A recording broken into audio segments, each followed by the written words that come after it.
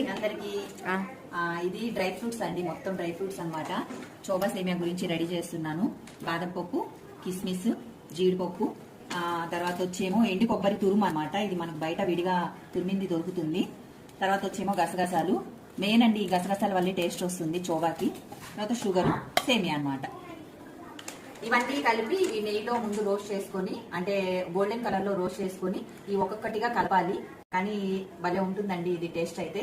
ఈ చోబా మనం చేసుకొని ఫ్రిడ్జ్ లో కూడా స్టోర్ చేసుకోవచ్చు. ఈవినింగ్ స్నాక్స్ లాగా మనం కదా, నేను ఇది తయారు చేసినప్పుడు కూడా మీకు నేను చూపిస్తాను ఎలా చేసుకోవాలి ఏంటి అనేది. చాలా అంటే చాలా బాగుంటుందండి.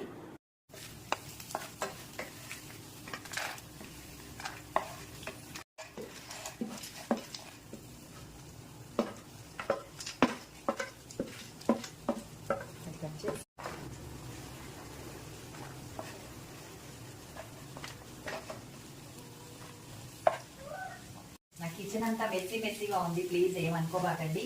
ఆ ఇంట్లో పండగ వస్తే ఇంతే కదా, ఇలాగే ఉంటుంది హడావుడిగా. అంతా అయిపోయిన తర్వాత సర్దుకోవాలి. ఏం చేశాను అనమాట, చల్లగా అయిపోయి కలుపుకుందాము ఎలాగో చూసేయండి. ఫస్ట్ ఎండు కొబ్బరి, తర్వాత గసగసాలండి. ఇవి మనం కొన్ని కలుపుకుంటే చాలన్నమాట. అంటే నేను కొత్త ప్రకారంగా చెప్పట్లా, ఒక అందాజుగా వేస్తున్నాను చూడండి.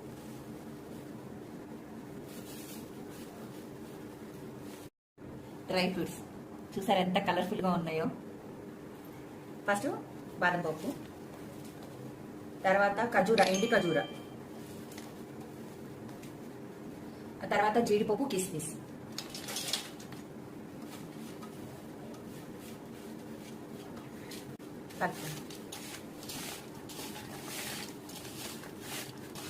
పౌడర్ అండి, తర్వాత వచ్చి షుగర్ అంటే ఒక అందాజుగానా, అంటే దీనికి సరిపడా అనమాట. మనం షుగర్ వేసుకొని స్వీట్ టేస్ట్ చేసి మనకి స్వీట్ ఓకే అని అనుకుంటే పర్వాలేదు, సరిపోతే ఇంకొంచెం యాడ్ చేసుకోవచ్చు. చాలా సింపుల్ అనమాట. మనం ఫ్రిడ్జ్ లో స్టోర్ చేసుకొని ఎప్పుడైనా సరే ఈవినింగ్ స్నాక్స్ లాగా మనం సేమియా చెప్పాను కదా, అన్నం వాడుకున్నట్టు వాడుకొని కొంచెం నెయ్యి కలుపుకొని సేమియాలో పొడి పొడిగా చేసుకొని ఇదిగోండి, ఇది ఇలా జల్లుకొని సేమియాలో తినేయడం అనమాట.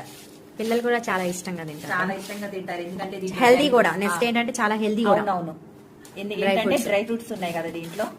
ఇదిగో చూస్తున్నారు కదా, ఈ డ్రై ఫ్రూట్స్ అన్ని నేను నేతిలో వేయించాను. నాకు సరిపోదు అనిపిస్తుంది కొంచెం.